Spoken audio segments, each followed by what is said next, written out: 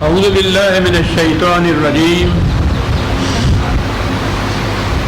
بسم اللہ الرحمن الرحیم۔ عزیزان من، آج اگست 1983 کی 26 تاریخ ہے اور درس قرآن کریم کا آغاز سورہ التغابن کی آیت 7 سے ہو رہا ہے، 6/7۔ قرآن کریم کے ان درسوں سے یا ویسے ہی قرآن کو سمجھنے کے بعد یہ حقیقت تو آپ کے سامنے آ گئی ہوگی کہ ساری قرآن کی تعلیم، اس کے تذکار، اس کا ماصل حق اور باطل کی کشمکش، تعمیری اور تخریبی قوتوں کا ٹکراؤ ہے۔ وہی جسے اقبال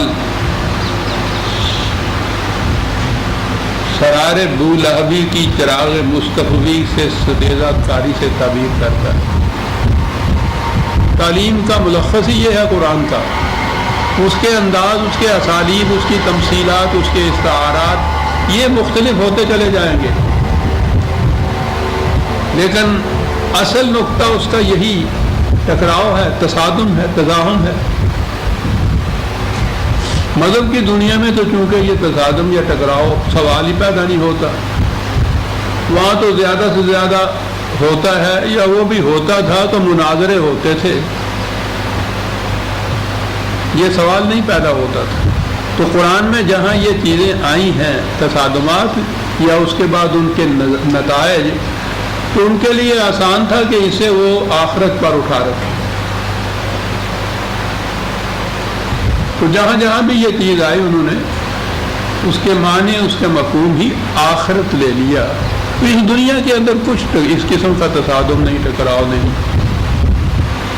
حق کے علمبرداروں کے لیے کچھ نہیں کرنا، اپنے طور پر نماز، روزہ، حج، زکوٰۃ ادا کی اور سمجھ لیا کہ دین کا مقصد پورا ہو گیا ہے۔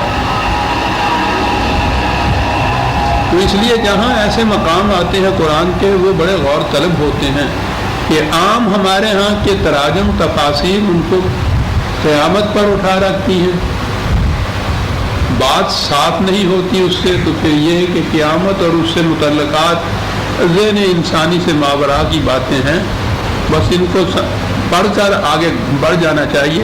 تو وہ نہ تو وہ ہم سمجھ سکتے ہیں، نہ ہمارے لیے ان کے اندر کسی قسم کی کوئی آیا عبرت ہے، سبق ہے، تعلیم ہے، ہمارے لیے کچھ نہیں ہے یہ چیز۔ میں نے جیسا کہ عرض کیا ہے، آخرت کے وہ نتائج، آخرت کی زندگی، وہ تو ایمان ہے ہمارا، اس کے بغیر ایک شخص مسلمان ہی نہیں ہو سکتا۔ لیکن یہ نہیں ہے کہ قرآن میں جہاں یہ چیزیں آئی ہیں ان کا تعلق صرف آخرت سے ہے۔ سب سے پہلے تو اس دنیا میں یہ جو ٹکراؤ ہے حق اور باطل کا، وہ سب سے پہلے اس کو لیتا ہے، یہی تعلیم ہمیں دیتا ہے، اسی کے لیے جماعت مومنین کو وہ تیار کرتا ہے۔ یہی ہے دین، یہی ہے اس کے فرائض۔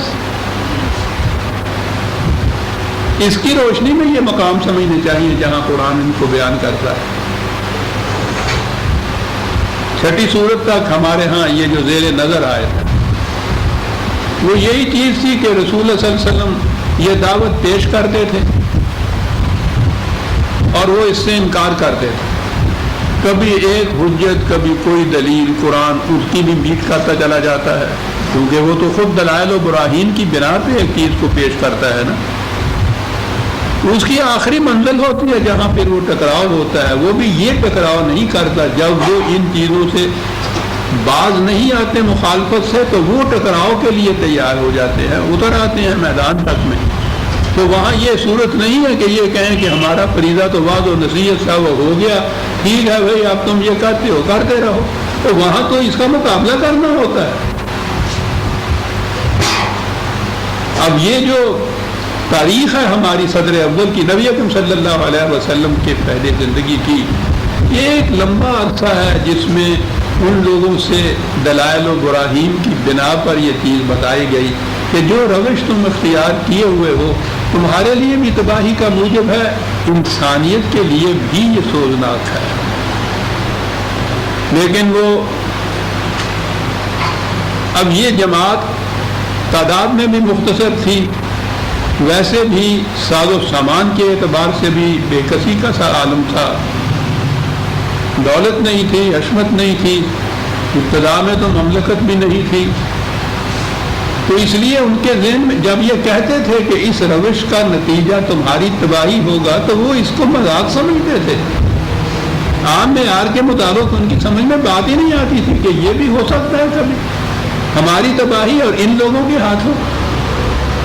قرآن میں یہ عام مقامات میں آتے ہیں. 7ویں آیت ہے جہاں سے ہم شروع ہوتے ہیں، زعم الذین کفروا ان لن یبعثوا. یہ خیال کیے بیٹھے ہیں. زعم کا کیا عجیب لفظ یہاں آیا ہے. خیال خام ہے جسے ہم کہتے ہیں ان لوگوں کا، مگن ہے اپنی اس چیز کے اندر کہ کیا ہم اب یہاں ہے لن یبعثوا، بعثا کا لفظ ہے یہ. اور آپ کو معلوم ہے کہ ہمارے ہاں تو بعث بعد الموت ہی کہا جاتا ہے. وہ جو ایمان کا جز ہمارے ہاں کے وہ الفاظ ہیں اس میں بھی یہ بعث بعد الموت ہے آخرت کی زندگی کے متعلق. صحیح ہے بعد الموت کی بات، لیکن یہ بعث تو دیکھیے قرآن کہتا کیا ہے اس کو. زبان کے اعتبار سے میں پھر یہ عرض کروں گا، پتہ نہیں زندگی کتنی ہے، بعد میں بھی آپ نے قرآن سمجھنا ہو تو پہلی چیز یہ ہے کہ قرآن کے الفاظ کے وہ معانی سمجھیے جو زمانہ نزول قرآن میں عربوں کے ہاں مستعمل تھے. یہ بات میری لغات القرآن میں آپ کو ملے گی. میں نے ایک عمر صرف کی اس چیز کو سمجھنے میں اور اس کو میں نے اس کے اندر محفوظ کر دیا. یہ باس جو ہے آپ نے سنا ہوگا، باس پارٹی یہ عراق میں جو ہوتی تھی، یہ کیا چیز ہے باس؟ باسا کے معنی ہوتا ہے کسی مزاحمت کو راستے سے ہٹا دینا، کسی کی آزادی کے راستے میں جو رکاوٹیں ہوں ان رکاوٹوں کو دور کر دینا. چنانچہ وہ جو تاریخ وہاں کی تھی وہ جیسی بھی تھی، میرا مطلب اس سے نہیں، یعنی وہ جو لفظ بھی آج بھی دیکھیے کہ وہ جو اہل زبان اس لفظ کو استعمال کرتے ہیں تو کن معنوں میں استعمال کرتے ہیں. ان کی آزادی کے راستے میں جو رکاوٹیں تھیں، جو روڑے اٹکائے جاتے تھے، ان کو دور کر دینا، ہٹا دینا ان کو، یہ تھی. اب بھی اس کا نام باس پارٹی ہے. تو باس کا لفظ عربی زبان میں ان معنوں میں استعمال ہوتا ہے. کہتے ہیں کہ یہ مخالفین اس زام باطل میں مبتلا ہیں. یہ کہتے ہیں کہ کیا ہم راستے سے ہٹا دیے جائیں گے؟ اتنی بات صاف ہو گئی. اور مقصد اس سے سمجھ میں آ گئی بات، جو آپ کے یہاں کے جہاد یا جنگ کا مقصد یہ ہے کہ جو رکاوٹیں انسانیت کے راستے میں حائل ہوتی ہیں انہیں راستے سے ہٹا دینا. یہ تھا مقصد ان لڑائیوں کا جو صدر اول میں لڑی گئی، یا جنگ کا، یا اسلام جس کو جہاد کہتا ہے. انسانیت کی نشو و نما کے راستے میں جو رکاوٹیں حائل ہوں ان کو، رکاوٹوں کو دور کرنے کے معنی یہ تھا مقصد، یہ تھا وجہ جواز، یہی تھا مقصد ان لڑائیوں کا جو آخر میں لڑنی پڑی. کہا کہ کیا کہہ رہے ہیں یہ لوگ کہ یہ ہمیں راستے سے ہٹا دیں گے.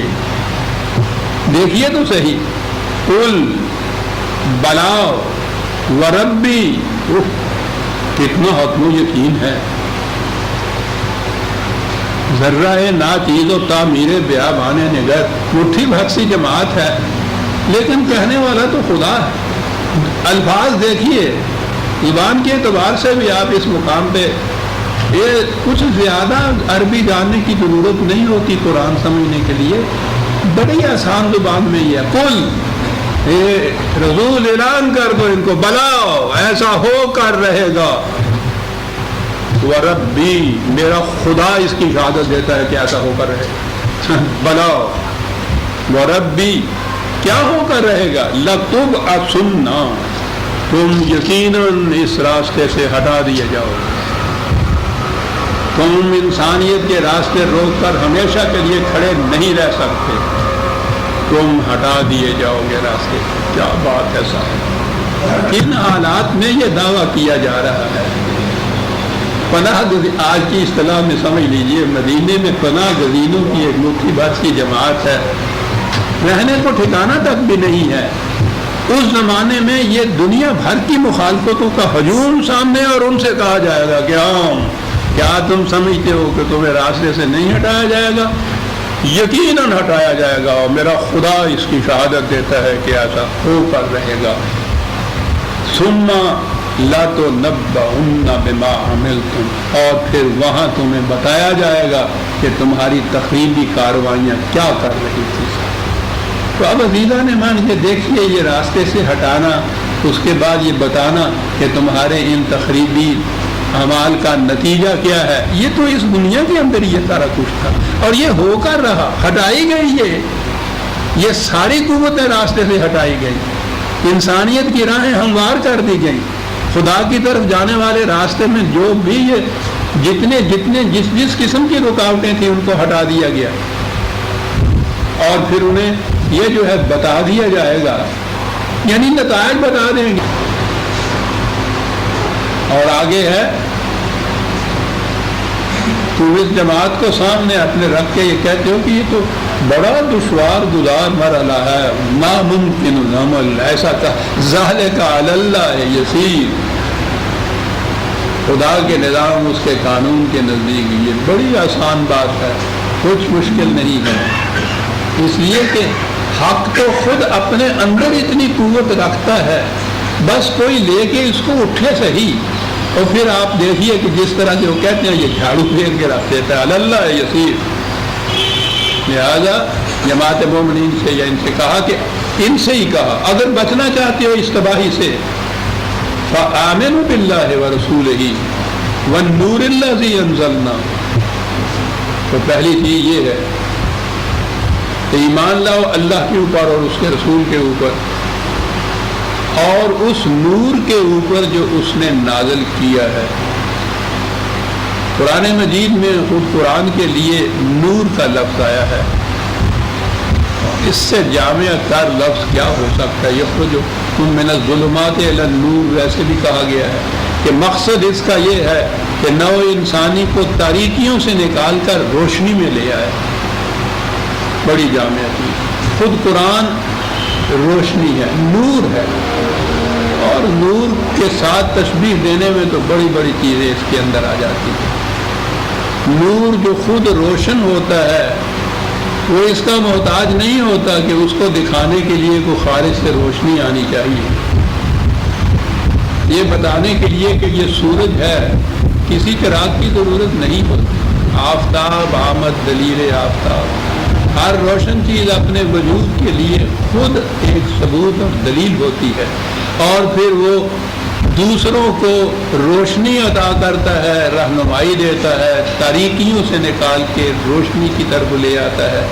جیسے آپ کو یاد ہوگا میں نے کہا ہے کہ قرآن نے تاریکی کے لیے تو جمع کے لفظ سیرے استعمال کیے ہیں، ظلمات کہا ہے کہ مختلف نوعیتوں کی وہ تاریکیاں ہو سکتی ہیں، روشنی کے لیے واحد کا لفظ استعمال کیا ہے، یہ خدا کی طرف سے دی ہوئی روشنی جو نبی اکرم صلی اللہ علیہ وسلم نے جس سے انسانیت کے راستے روشن کیے تھے، جمع کا سوال ہی نہیں ہے، ایک روشنی، ایک سورج نکل آتا ہے تو ضرورت ہی نہیں پڑتی 100 بتیوں کی، 100 موم بتیوں کی۔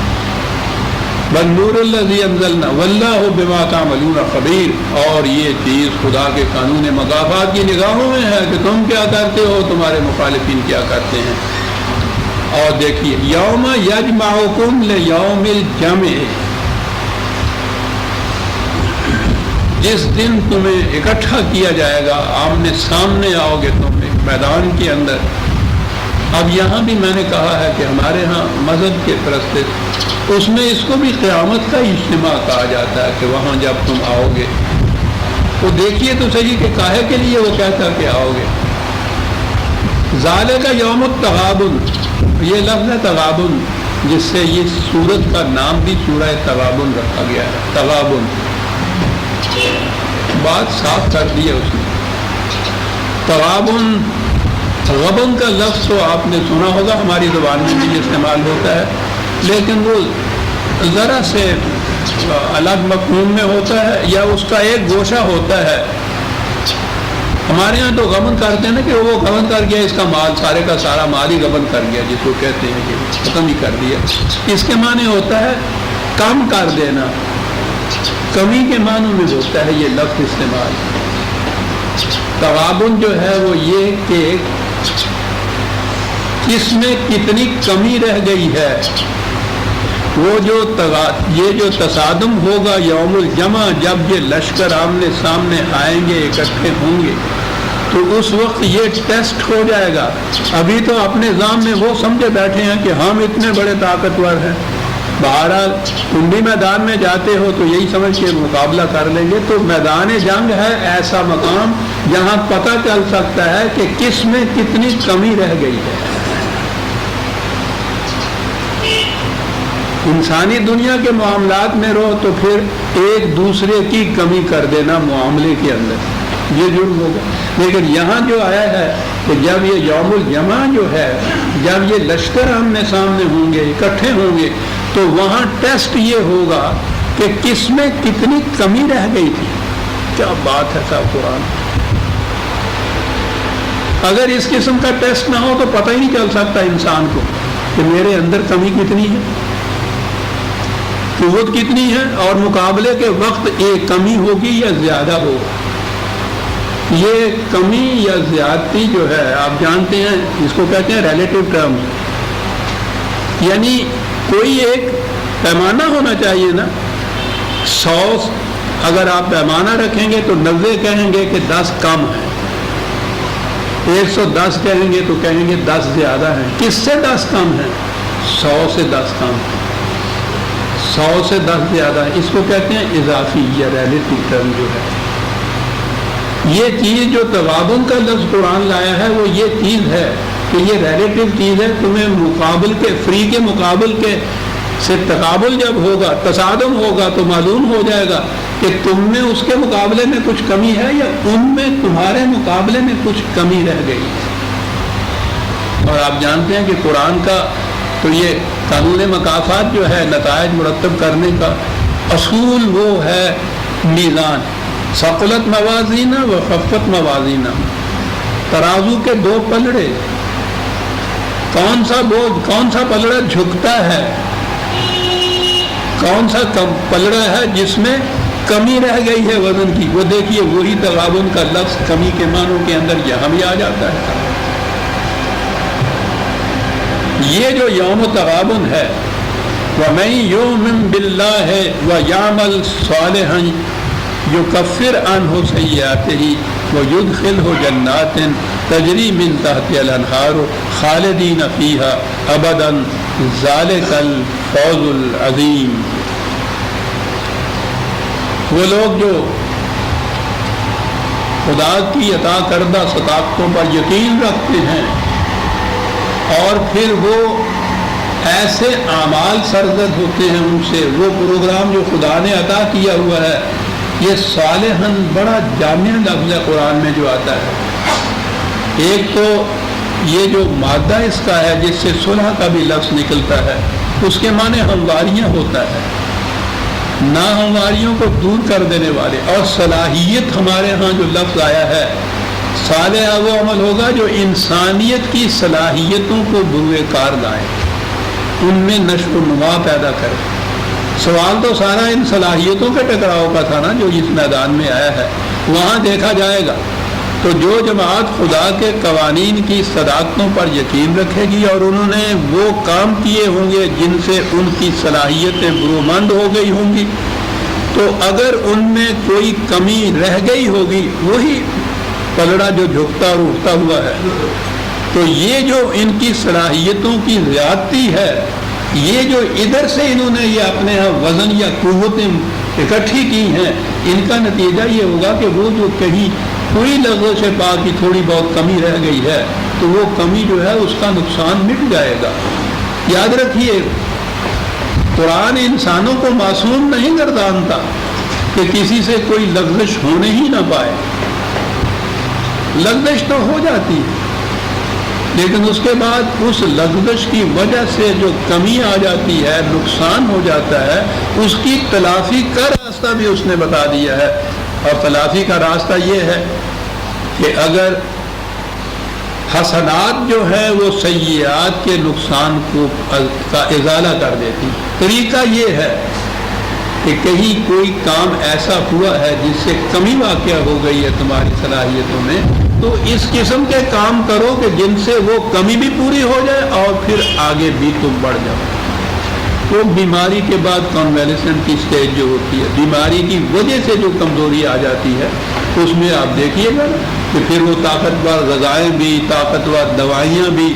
پہلے تو یہ ہوتا ہے کہ جو کمی آ گئی ہے بیماری کی وجہ سے وہ پوری ہو جائے، اور پھر یہ ہے کہ اس کے بعد اور طاقت آ جائے تاکہ آئندہ جو بیماری آنے والی ہے اس کی ریزسٹنس کی پاور اس کے اندر زیادہ ہو جائے. یہی سارے یہ پروگرام قرآن دیتا ہے. وہ اتنا ہی فرق ہے کہ وہ صرف طبی زندگی کے ہی نہیں دیتا، اس کے بھی دیتا ہے کہ طبی زندگی کا، انسان کی طبی حالت کا بھی پرفیکشن میں رہنا نہایت ضروری ہے اس دنیا کی سطح کے اوپر، اور اس کے ساتھ انسانی ذات کی نشو و نما کے لیے بھی وہ اس قسم کا پروگرام دیتا ہے. کہا کہ یہ جب ازالہ ہو جائے گا ان کی ان کمیوں کا، تو پھر ان کے لیے وہی جو قرآن تشبیہاً ان کا انجام بتایا کرتا ہے، نہایت خوشگوار زندگی، سرابیوں کی، خوشحالیوں کی، اور دوام اس میں ہوتا ہے کہ جن کے سرابی میں فرق نہیں آئے گا. اور ذالک الفوز العظیم، میں نے پہلے بھی بتایا تھا کہ قرآن ماحصل اس تمام پروگرام کا یا مومن کی یا مومنین کی زندگی کا نجات نہیں قرار دیتا.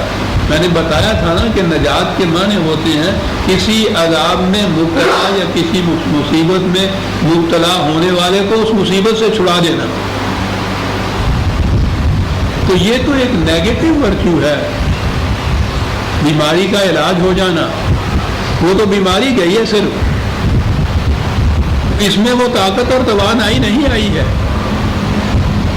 اگر ماحصل سارا زندگی کا یہ ہو تو میں نے عرض کیا تھا کہ یہ باقی جو مذاہب ہیں، عیسائیت وغیرہ، ان کے ہاں اتنا ہی ہے کہ انسان ایک مصیبت میں پھنسا ہوا ہے، اس مصیبت میں سے اس کو نجات دلا دینا یہ ماحصل ہے سارا. کیا پروگرام ہوا یہ؟ مہینہ صدت خدائرہ، انسانوں کو پہلے مصیبت میں پھنسا دینا اور پھر ان سے کہنا کہ یہ کرو یہ کرو یہ کرو. کاہے کے لیے؟ تاکہ اس مصیبت سے تمہیں نجات حاصل ہو جائے. قرآن نجات نہیں کہتا، فوز العظیم کہتا ہے. اچیومنٹ جسے کہتے ہیں، کچھ حاصل ہونا، یہ حاصل ہوگا تمہیں. اس سے جو حاصل ہوتا ہے اس سے انسان آگے بڑھتا ہے، ارتقائی منازل طے کرتا ہے. فوز العظیم. والذین کفروا وکذبوا بآیاتنا اولئک اصحاب النار خالدین فیہا وبئس المصیر. اور اس کے برعکس جو لوگ ان صداقتوں سے انکار کرتے ہیں، اس کے مخالفت کرتے ہیں، دو چیزیں ہیں، کفر اور تکذیب. باتیں تو یہ قریباً ہر درس میں ہی آتی ہیں، لیکن درس کے معنی یہ ہوتے ہیں کہ اس کو دہرایا جائے. وہ تکرار اس کی جو ہوتی ہے وہ تکرار کی خاطر نہیں ہوتی، بلکہ اور اجاگر کرنا ہوتا ہے معانی کا اور مفہوم کا. کفر اور تکذیب، آپ کو یاد ہے میں نے بتایا، کفر تو یہ ہے کہ سرے سے انکار کر دیا کہ میں نہیں مانتا. تکذیب ہوتا ہے زبان سے تو اقرار کرنا اس چیز کا، لیکن عملاً اس سے انکار کر دینا، یہ تکذیب کہلاتا ہے. حرایت اللہ یکذب بالدین، دیکھا تم نے اس کو بھی دیکھا جو دین کی تکذیب کرتا ہے. کون ہے یہ ہے کہ جو اقرار تو اس چیز کا کرتا ہے، اعتراف کرتا ہے کہ وہ مسلمان ہے، قرآن کو مانتا ہے، خدا کو مانتا ہے، لیکن فذلک الذی یدعو الیتیم ولا یحض علی طعام المسکین، جو تنہا رہ جاتا ہے معاشرے کا اس کو دھکے دیتا ہے، اور جو بھوکا ہوتا ہے اس کی روٹی کا انتظام نہیں کرتا. یہ تکذیب کرتا ہے دین کی. اور اسی لیے تو آگے کہا فویل للمصلین الذین هم عن صلاتهم ساہون. ان مصلیوں کے لیے، نمازیوں کے لیے تباہی ہے. تو اب جن کو مصلی یا نمازی کا ہے وہ تو بہرحال مسلمان ہی ہوں گے نا. تو یہ مسلمان ہونے کے باوجود یہ دین کی تکذیب کرتا ہے، کفر نہیں ہے. یہ تکذیب یہ ہے کہ جو کچھ اس سے کہا گیا تھا اور جس کا یہ اقرار زبانی کرتا ہے کہ یہ ہاں سب چیزیں میرا ان کا ایمان ہے، عملاً وہ کر کے نہیں دکھاتا، ان کے خلاف جاتا ہے. تو تکذیب کے یہ معنی.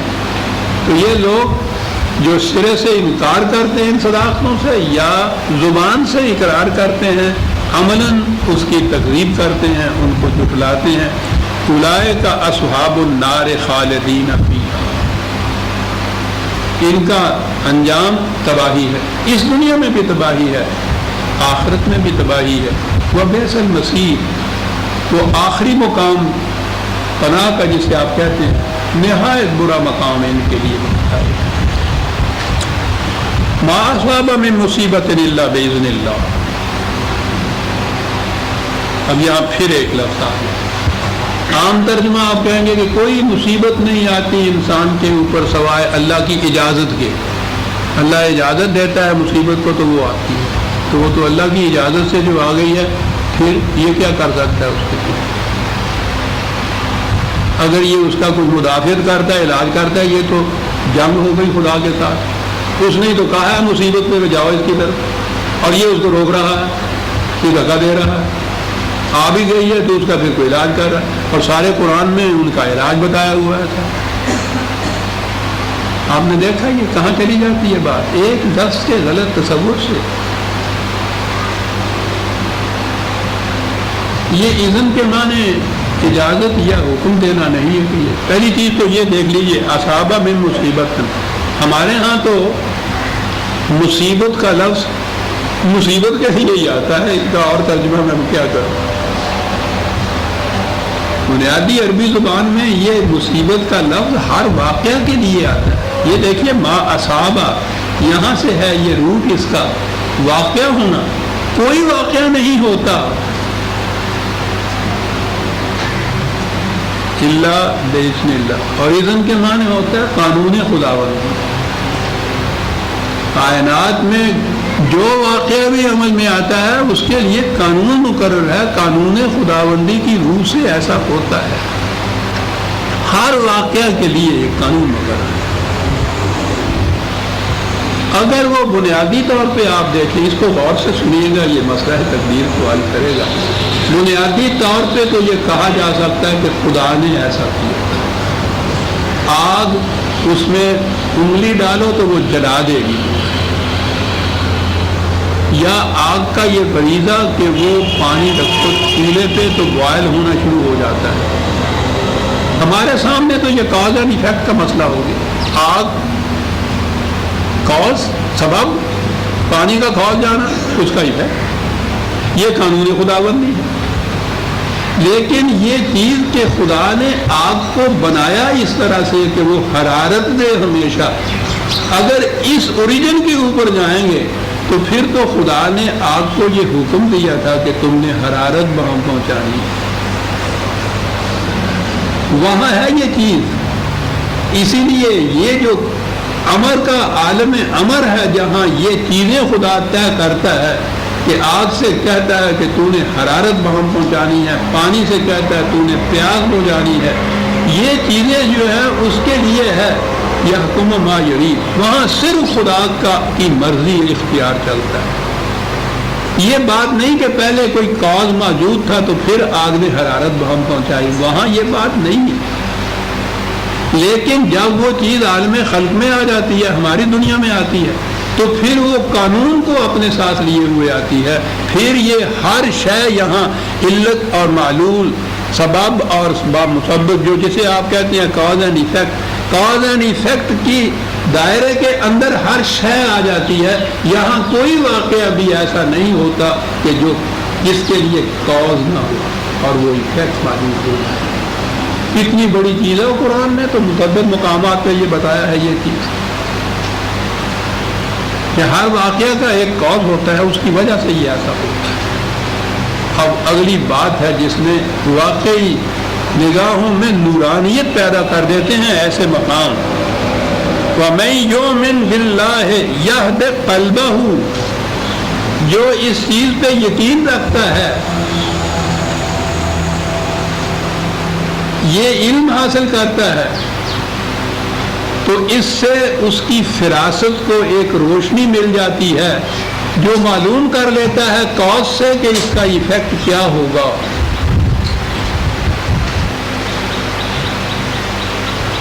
قرآن کی گہرائیوں میں جانے سے مومن کو ایک بصیرت حاصل ہو جاتی ہے، جس سے اس کی کیفیت یہ ہوتی ہے، اقبال کے الفاظ بڑے جامع ہیں، کیفیت یہ ہوتی ہے کہ خارے دید و احوال چمن گفت، وہ کانٹا دیکھتا ہے تو سارے باغ کی کیفیت بیان کر دیتا ہے۔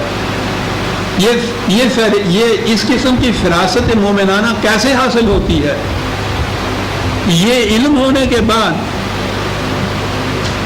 کہ آگ کا فنکشن فریضہ یہ ہے کہ یہ حرارت پہنچائے، اس درجے تک یہ پانی کو بوائل کرے، اس سے آگے اگر ہم ہاتھ ڈالیں گے تو یہ جلا دینے سے یہ تکلیف پہنچے، یہ سارا کچھ، یہ علم حاصل ہونا، یہ فراست حاصل ہونا، قرآن کہتا ہے جامع لفظ ہے کہ یہ جو واقعہ بھی ہوتا ہے کائنات کے اندر اس کا ایک کاز ہوتا ہے، پھر وہ واقعہ ہوتا ہے، وہ کاز یقیناً خدا کا ہی مقرر کیا گیا ہے، لیکن یہاں وہ غیر متبدل ہے، اور جو ان صداقتوں پر، ان قوانین کے پر ایمان رکھتا ہے کہ واقعی ایسا ہوتا ہے، تو اس کے بعد اس کے قلب کو، اس کے ذہن کو، بڑا جامع لفظ ہے قرآن کا یہ، لیکن قرآن نے قلب کا لفظ بھی تفقہ کے لیے استعمال کیا ہے، سمجھنے کے لیے، تو اسے یہ صلاحیت حاصل ہو جاتی ہے کہ وہ دور سے دیکھ لیتا ہے،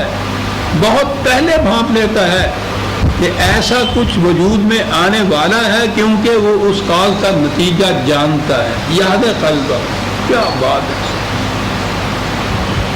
رہنمائی کی روشنی دے دیتا ہے قرآن ایسے شخص کو کہ جو یہ یقین رکھے، خدا کے ان قوانین کی صداقتوں پر یقین رکھے، اور پھر ایسی فراست حاصل کر لے کہ وہ دور سے آنے والا جو کاز فوراً سامنے نہیں آتا، بہت سے ایسے اسباب ہوتے ہیں کہ جو بڑی گہری نظر سے، تفکر سے، تدبر سے، علم سے ہی معلوم ہوتا ہے۔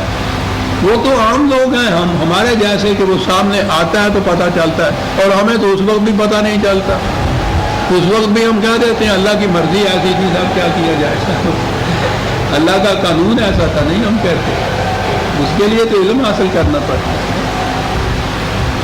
لیکن وہ جنہیں فراست حاصل ہوتی ہے وہ بہت پہلے سے یہ بتا دیتے ہیں، یہ پیشین گوئی نہیں ہوتی۔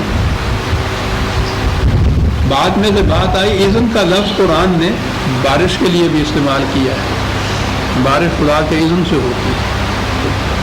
ہمارے ہاں والے محکمہ موسمیات میں کسی پہ تنقید نہیں کر رہا، چھوڑ لیجیے، جن لوگوں کے ہاں یہ چیز علم پرفیکشن پہ پہنچا ہوا ہے وہ بہت پہلے بتا دیتے ہیں، فلاں وقت پہ فلاں جگہ اتنی بارش ہوگی، کیسے بتا دیتے ہیں؟ خدا نے یہ قانون مقرر کیا ہوا ہے، وہ قانون کے جو کازز ہوتے ہیں جن سے بارش برستی ہے، وہ اپنی فراست سے، اپنے آلات سے، ان ذرائع سے پہلے معلوم کر لیتے ہیں کہ ایسا ہوگا اس کے بعد۔ یہد قلب واللہ بکل شیء علیم، یہ اس خدا کے بنائے ہوئے قوانین ہیں کہ جس کو ہر شے کا علم ہوتا ہے، کہاں علیم کا لفظ ہے؟ اور پھر یہ کہا کہ جس طرح سے یہ کاز اینڈ ایفیکٹ کے قانون خارجی کائنات کے اندر عمل پیرا ہوتے ہیں، انسانی زندگی، انسانی دنیا میں بھی یہی ہوتا ہے، وہاں بھی قانون مقرر، دھاندلی نہیں ہے، ڈنڈا نہیں ہے، قانون ہے۔ جو نظام بھی انسانیت کے لیے ظلم اور جبر اور استیلاء کا منصوب ہوگا، یہ کاز ہو گیا، اس سے تباہی آئے گی، یہ اس کا ایفیکٹ ہوگا۔ یہ قانون مقرر ہے۔ قرآن کریم جو بار بار کہتا ہے کہ لا یفلح الظالمون، ظالم کی کھیتی نہیں پنپ سکتی، جبر کامیاب نہیں ہو سکتا، ظلم پنپ نہیں سکتا، بار بار یہ چیزیں وہ کہتا چلا جا رہا ہے۔ وہ یہ نہیں ہے کہ وہ وہاں سے کچھ اناؤنسمنٹ کر دیتا ہے کہ یہ ایسا نہیں ہو سکتا، وہ بتاتا یہ ہے کہ ہمارا قانون یہ ہے کہ جہاں بھی جبر اور استحصال سے کام لیا جائے گا اس کا نتیجہ تباہی ہوگا۔ یہ اٹل قانون ہے، اسی طرح جس طرح سے آگ پہ پانی رکھو گے تو وہ کھولے گا، جہاں وہ لا تبدیل لکلمات اللہ کہا ہے تو وہ کلمات صرف وہی نہیں ہے جو انسانوں کی دنیا کے اندر کار فرما ہے، وہ کائنات کے اندر جو کار فرما ہے کلمات اللہ ہے۔ قرآن میں قوانین کے لیے یہ لفظ آیا ہے، دو لفظ ہیں، کلمات اللہ بھی ہے اور سنت اللہ بھی ہے۔ کلمات اللہ جب وہ ان تھیری ہوتے ہیں، یہ قوانین نظری طور پہ وہ قوانین الفاظ میں ہوتے ہیں تو وہ کلمات ہوتے ہیں، جب وہ عمل میں آ جاتا ہے تو اسے سنت اللہ کہا جاتا ہے۔ خدا کی روش ایسی ہے، وہ ان قوانین کے مطابق یہ کرتا ہے۔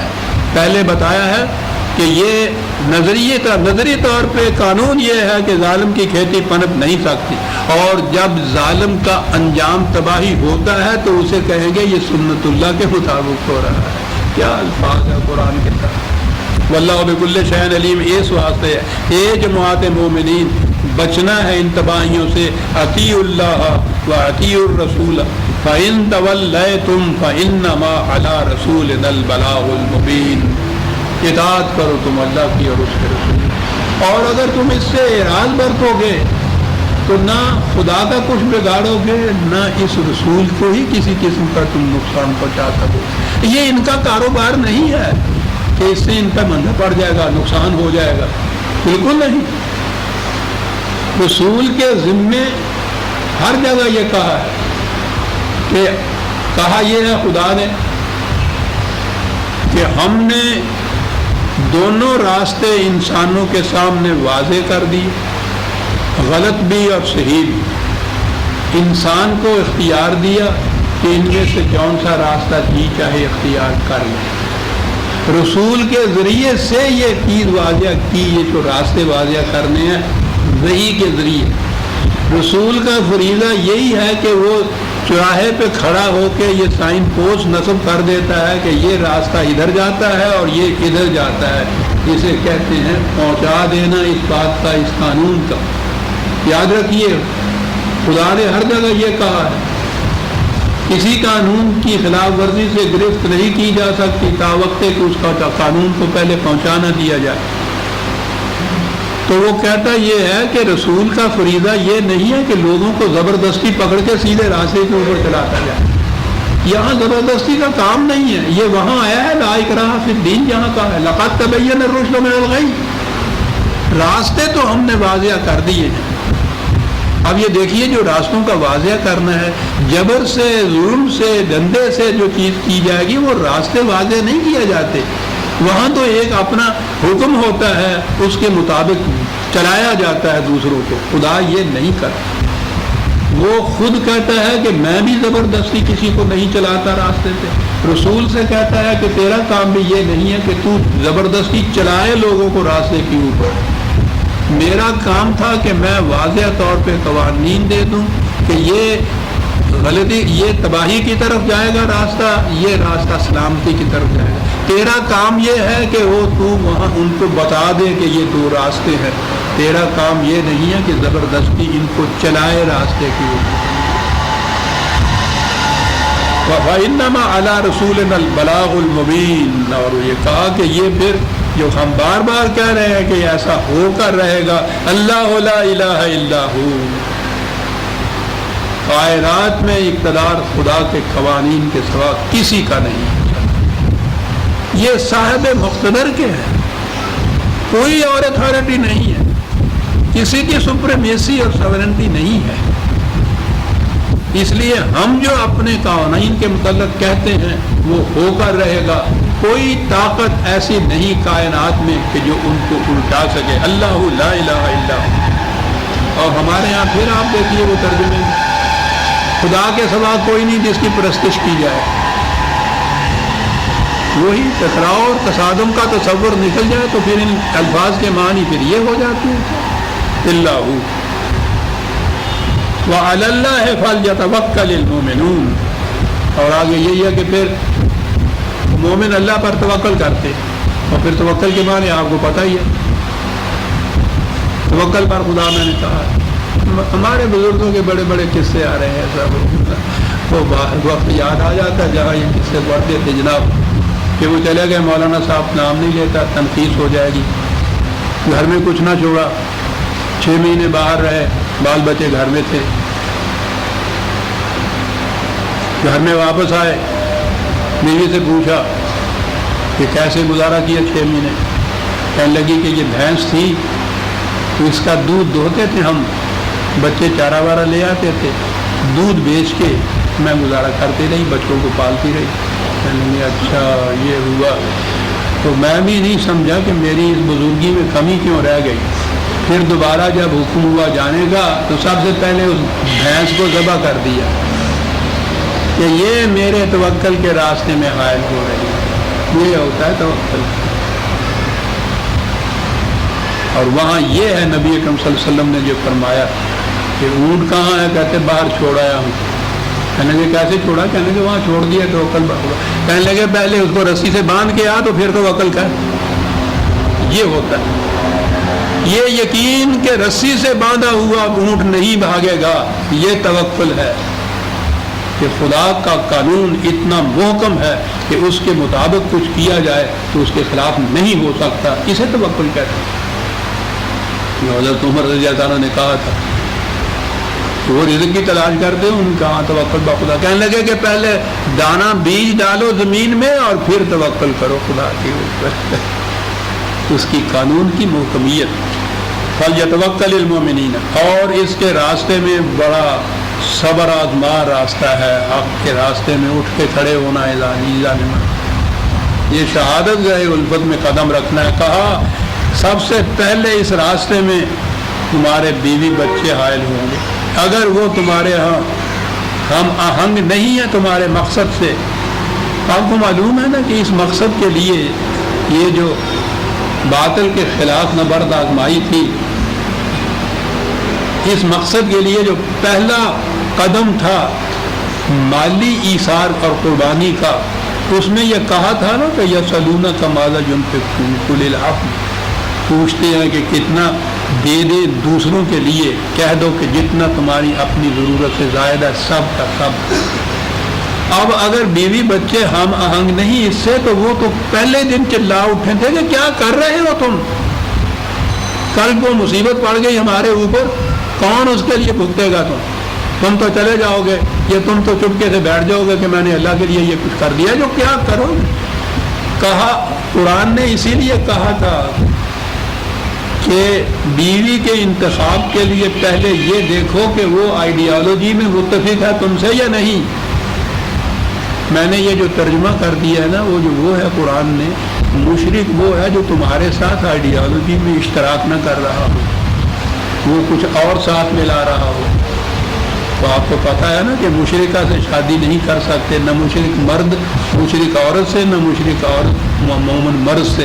تو وہ اختلاف ہے بنیادی نظریہ زندگی کا، نظریہ زندگی کے مطابق ہو میاں بیوی تو پھر تو اللہ کہتا ہے کہ ہم تمہیں جنت کی طرف دعوت دیتے ہیں، وہ گھر جنت ہو جاتا ہے۔ اور یہاں یہ اختلاف ہو، 1000 قسم کی آسائشیں بھی میسر وہاں ہوں، وہاں اس گھر میں وہ آگ ہوتی ہے جسے خدا کہتا ہے کہ دلوں کو لپیٹ لیا کرتی ہے۔ اس لیے وارن کیا کہ اگر گھر میں یہ کیفیت نہیں ہے تو سب سے بڑی رکاوٹ اس راستے میں تمہارے بیوی بچے ہوں گے۔ یا ایھا الذین آمنوا ان من ازواجکم و اولادکم عدو لکم فاحذروہم، سارے نہیں،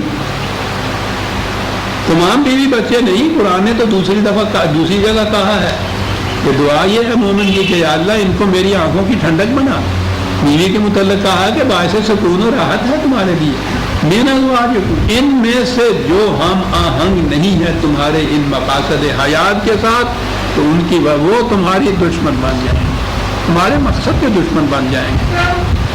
کہا اس کے لیے کرنے کی بات یہ ہے، یاد رکھو وَإِن تَعْفُوا، آگے بڑھ جاؤ ان تنگ نائیوں سے۔ یہ جو ان کی تنگ نظری ہے جو کہتے ہیں کہ اپنے ہی بال بچوں کے لیے سب کچھ کرنا چاہیے، ہمیں کیا دوسروں کی پڑی ہوئی ہے، وہ اپنا آپ کریں، وہ ہم ان کے لیے کوئی ذمہ دار ہے ان کے؟ ہم کہا نا، تاخو کے معنی بڑا اہم ہے، یہاں بنیادی معنی اس کے معنی ہوتے ہیں آگے بڑھ جاؤ ان تنگ نہ ہو، گزر جا بن کے سیل تند رو بیاباں سے، گلستہ راہ میں آئے تو جوئے نغمہ خام ہو جائے، یہ ہے تاخو، آگے بڑھ جاؤ ان سے۔ یہ بڑی تمنائیں ہیں تمہارے لیے یہ پیدا کر رہے ہیں. میں تصفح ہمواریاں پیدا کر دو. میں نے عرض کیا تھا نا کہ معاشرہ کیا ہوتا ہے. ہمارے اور ہمسائے کے گھر کے اندر جو دیوار کھڑی ہوتی ہے اس سے یہ 2 گھر ہوتے ہیں. اگر یہ گھروں کی دیواریں درمیان میں نہ ہوں تو معاشرہ ہوتا ہے. ہم صبح جو نکل جاتے ہیں باہر تو یہی افراد ہوتے ہیں گھروں کے اندر جن کا الگ الگ گھر ہوتا ہے. یہی ہوتے ہیں جن کو معاشرہ کہا جاتا ہے. کہاں یہ تنگ ناؤں سے نکل جاؤ, آگے بڑھ جاؤ. یہ جو راستے میں دیواریں کھڑی ہیں نا تمہارے, دیواروں کو ہٹا دو اور اس کے بعد تمہارا خاندان معاشرہ بن جائے گا. معاشرہ عالمگیر انسانیت بن جائے گی. وَتَغْفِرُوا, اس طرح سے حفاظت کا سامان طلب کرو, اپنوں کے لیے بھی دوسروں کے لیے. فَإِنَّ اللَّهَ غَفُورٌ رَحِيمٌ, خدا کا قانون حفاظت بھی دیتا ہے, سامان نشو و نما بھی دیتا ہے. انما اموالکم و اولادکم فتنۃ, کیا لفظ ہے یہاں. کہا یہ نہ سمجھ لینا کہ ہم نے جو کہا ہے اولاد اور مال اور یہ بیوی بچے یہ تمہارے لیے دشمن ہے تو ان کو ذبح کر کے نکل جاؤ, کتاب یہ تو ہے ہی. کہا نگر نہیں, یہ وہ کٹھالی ہے. سنار کے ہاں وہ آگ کی کٹھالی ہوتی ہے, اس میں وہ ڈالتے ہیں ایک چیز کو جسے وہ سونا کہہ کے دیتی ہے. وہ کٹھالی کیا کرتی ہے, وہ کٹھالی پگھلاتی ہے اور اس میں وہ الگ کر دیتی ہے خالص سونا اتنا ہے اور اس میں کھوٹ اتنا ہے. پورے کا پورا خالص ہے تو پھر یقین ہو جاتا ہے, کھوٹ ہی کھوٹ ہے تو وہ وزن کر دیتی ہے. اٹھالی ایک آگ تو ہے, بجائے خیش وہ یہ بات نہیں کہ اس کو اٹھا کے باہر پھینک دے. اس سے تو ایک کام لیا جائے گا یہ دیکھنے کا کہ کھوٹ کتنا ہے اور خلوص کتنا ہے. تمہارے خلوص ماپنے کا جو ذریعہ یا کٹھالی ہے یہ بال بچے ہیں. واہ واہ, اپنے آپ کو اس کٹھالی میں ڈال کے پھر دیکھ لو کہ کتنا خلوص ہے تمہارے یہاں اور کتنا کھوٹ ہے, یہ بتا دیں گے. اور بات بھی یہی ہے عزیزان مرتا وہیں آ کے ہے آدمی. باہر اگر اکیلا ہو پھر تو وہ سب کچھ جھیل لیتا ہے. ان کی خاطر بہت کچھ کرتا ہے. بڑھاپے میں بھی سب کچھ میسر ہے اور اس کے باوجود الحاظم التکاثر لگا ہوا ہے وہ اس ریس کے اندر. تو بابا تمہیں اب ضرورت کیا ہے, یہ چھوٹے بچے ہوئے ہیں ان کے لیے بھی تو کچھ کر کے مجھے جانا چاہیے نا. تو اپنے لیے تو وہ 2 روٹی ہی کافی تھیں اور چند سال باقی تھے, اور ان کے لیے تو پھر لا انتہا ہوتا ہے. فتنۃ واللہ عندہ اجر عظیم, لیکن اگر تم نظام خداوندی کو قائم کرو گے بہت اجر عظیم وہاں سے ملے گا. فاتقوا اللہ ما استطعتم, قوانین خداوندی کی نگہداشت کرو اپنی حد تک, استطاعت کا پوری کی پوری جتنی استطاعت ہے اس کے مطابق یہ کرو. طریقہ کیا ہے؟ امراً واسمعوا واطیعوا. قرآن کریم میں جہاں بھی اس نظام کے متعلق کہا گیا ہے وہ سمعنا و اطعنا, یہ مومنین کی صفت ہے. اطعنا تو یہ ہے کہ ہم اطاعت کرتے ہیں, وہ بھی وہ کرتے ہیں. یہ سمانا ساتھ کیوں ہے, سمعنا ساتھ کیوں آیا, ہم سنتے ہیں. قرآن جو نظام قائم کرتا ہے اس میں صرف کتابوں کی روح سے ہی اوبیڈینس یا اطاعت نہیں ہوتی, اس میں زندہ اتھارٹی کی ضرورت ہوتی ہے جو ہر موقع کے اوپر قرآن سے استنباط کر کے دیکھتا ہے کہ اب کیا کرنا چاہیے, وہ اناؤنس کرتا ہے, یہ سنتے ہیں, اس کے مطابق اطاعت کرتے ہیں. سمعنا ضروری ہے اس اطاعت کے لیے جو نظام کی روح سے اطاعت کی جائے. مذہب میں ضرورت نہیں ہوتی. وہاں تو کوئی بھی کتاب آپ اٹھا لیجئے, ہدایہ اٹھا لیجئے, شامی اٹھا لیجئے, عبد المختار اٹھا لیجئے اور اس کے اندر مسئلہ دیکھ لیجئے. وہ مسئلہ آپ نے دیکھ لیا, خود نہیں دیکھتے کہ کسی مفتی صاحب سے پوچھ لیا, اسے سمعنا کا سوال ہی نہیں ہوتا. سمعنا کے معنی ہے کہ کوئی ایسی اتھارٹی کہ جو یہ کہے کہ یہ کرو پھر تم کہو ہم نے سن لیا اور ہم اطاعت کرتے ہیں. واسمعوا واطیعوا وانفقوا خیرا لانفسکم. انفقوا, پہلا ہی شرط یہ ہے کہ کھلا رکھو اپنی کمائی, اپنے مال. یہ بظاہر نظر آئے گا کہ دوسروں کو تم نے دیا ہے یہ ان کی بہتری اور بھلائی کے لیے, در حقیقت خیر لانفسکم یہ خود تمہارے ہی بھلے کی بات ہے جو تم کر رہے ہو. تو وہ جو اپنا نفع نقصان نہیں سوچتا اسے تو پاگل کہتے ہیں نا. وہ کہتا ہے اس میں تمہارا فائدہ ہے, اور فائدہ جو ہے بات دوسری طرف چلی جائے گی وہ ایک فکرہ یاد رکھیے قرآن کی روح سے، انسان کے جسم کی پرورش ہر اس چیز سے ہوتی ہے جو یہ لیتا ہے، اور اس نے کہا ہے کہ اس کی ذات کی پرورش ہر اس چیز سے ہوتی ہے جو یہ دیتا ہے۔ اس لیے قرآن نے دوسری جگہ کہا ہے تثبیتاً لأنفسکم، اپنی ذات کی کے استحکام کے لیے، اس کے ثبات کے لیے ذریعہ یہ ہے کہ دوسروں کی مدد کرتے چلے جاؤ۔ خیراً لأنفسکم، اور آگے بتایا ہے اس قسم کا خیر ہے وَمَن یوقَ شُحَّ نَفْسِهِ فَأُولَٰئِکَ هُمُ الْمُفْلِحُونَ۔ اور پھر مثال بھی کیا دیتا ہے قرآن، کھیتی کی مثال دیتا ہے۔ میں نے آپ کو بتایا تھا یہ شوہ نفس پہلے بھی آ چکا تھا، اس کی مثال یہ ہوتی ہے کہ پانی تھوڑا ہو، اور اب تو یوں سمجھ میں آ جاتا ہے کہ شہر میں جائیے، گرمی کا موسم ہو، نلکے کے نیچے آپ دیکھیے لائن لگی ہوئی ہوتی ہے، اس میں سے قطرہ قطرہ ٹپک رہا ہوتا ہے، اور اس کے بعد پیچھے اور پھر اس سے جو لڑائیاں ہوتی ہیں، لڑائی کیا ہوتی ہے، وہ جو دوسرے نمبر پہ کھڑا ہوتا ہے وہ اگلے نمبر کو دھکا دے کے ہٹا دیتا ہے کہ بس بھی کار ہوں ساری بھر کے لے چلے آئے گا، پیچھے دیکھنا ہے لائن کی نہیں لگی ہوئی آگی ہے، تو اگلا انہوں کہتا ہے تیرے پیو کا پانی آ گا۔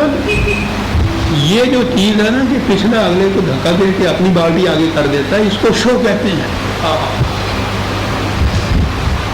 کہتا ہے کہ جو اس جذبے سے محفوظ رہا بچ گیا، شوہ نفس۔ اور مثال آگے جاتی ہے، اور یہ چیز جو ہے ہم شہر والے تو سمجھ نہیں سکتے، گاؤں والوں کے متعلق پوچھیے۔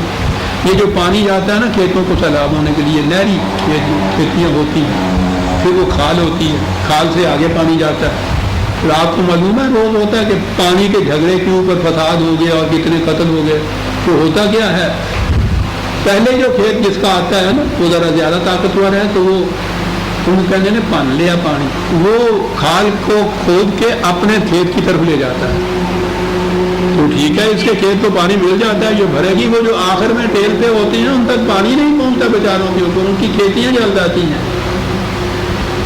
عزیزان من سنیے اور ڈھونڈ جائیے قرآن کی مثال، کہتا ہے کہ تمہارے قاعدے کے مطابق کھیتی اس کی پنپتی ہے جو دوسرے کا پانی کاٹ کے اپنے کھیت میں دے دیتا ہے، خدا کے قانون کے مطابق کھیتی اس کی پنپتی ہے جو پانی میں ترجیح دوسرے کو دیتا ہے اور آپ پیچھے رہ جاتا ہے۔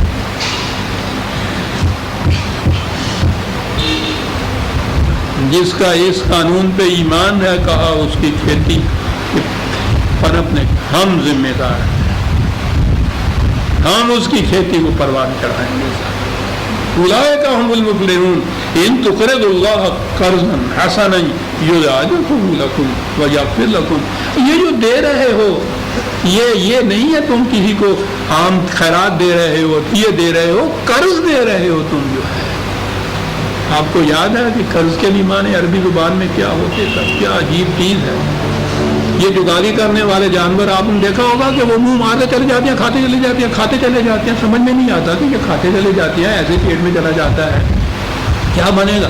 تو پہلے بھر لیتے ہیں پیٹ کو، اور پھر وہ جو کھایا ہوا ہوتا ہے وہ ان کے کسی کام نہیں آتا، اسٹور کے اندر وہ جمع ہو جاتا ہے صرف، اور اس کے بعد وہ بیٹھ جاتے ہیں آرام سے اور روم سے اندر سے نکالتے ہیں، پھر وہ بیٹھ کے چباتے ہیں اس کو، وہ جو چبایا ہوا ہوتا ہے وہ جزو بدن بنتا ہے۔ قرآن یہ لفظ ہے قرض جو ان کو استعمال کرتے تھے، کیا قوم تھی یہ، کہا یہ جو تم دیتے ہو یہ تو وہ بغیر چرے ہوئے وہ چارہ ہوتا ہے جو اس طرح جمع رہتا ہے، خدا جو تمہیں دیتا ہے اس شکل میں دیتا ہے جو وہ جگالی کرنے کے بعد بن جاتا ہے، جزو بدن بن جاتا ہے۔ یغفر لکم یضاعف، بہت زیادہ تعداد میں، پھر حفاظت کرتا ہے تمہاری ہر قسم کی مصیبت سے آنے کی، واللہ شکور علیم، وہ بڑا گریٹفل، وہ ہر ایک کی محنت کا معاوضہ اس کو دیتا ہے، حلیم ہے، جلدی سے پھڑپھڑاتا نہیں ہے، بڑا حلم ہے اس کے اندر، بڑا بردبار واقعہ ہوا ہے۔ تم ہو جو کہتے ہو کہ بڑا لمبا وقت لگ جائے گا، کون جیتا ہے تیری ظلم کے سر ہونے تک؟ اس نے کہا نہیں، اتنا حوصلہ پیدا کرو، وقت تو لگے گا، یوں ہی نہ بڑھا جاؤ، ہوگا ایسے ہی جیسا ہم کہتے ہیں، عالم الغیب والشہادۃ العزیز الحکیم، تم صرف پیش پا افتادہ چیزوں کو جانتے ہو، وہ ان کو بھی جانتا ہے اور انہیں بھی جانتا ہے جو اس کے بعد اس کا انجام ہونے والا ہے۔ اس کا یہ وہ کہہ رہا ہے جو وہی پھر خدا کی صفات آیت کے آخر میں آئی، عزیز ہے، غلبہ ہے، قوت ہے، اقتدار ہے، لیکن دھاندلی اور ڈنڈے کا نہیں، حکمت اور وزڈم پر مبنی ہے اس کا اعتبار۔ جو صاحب اقتدار کیوں کا جواب دیتا ہے وہ خدا کی قدرت کا حامل ہوتا ہے، جو یہ کہتا ہے ہمارا حکم ہے یہ ماننا ہے، وہ فرعونیت ہوتی ہے۔ خدا جو ہے وہ عزیز کے ساتھ حکیم بھی ہے۔ عزیزان من، سورہ تغابن آج اختتام تک پہنچی۔ آئندہ درس میں ہم سورہ الطلاق لیں گے۔ ربنا تقبل منا انک انت السمیع العلیم۔ شکریہ۔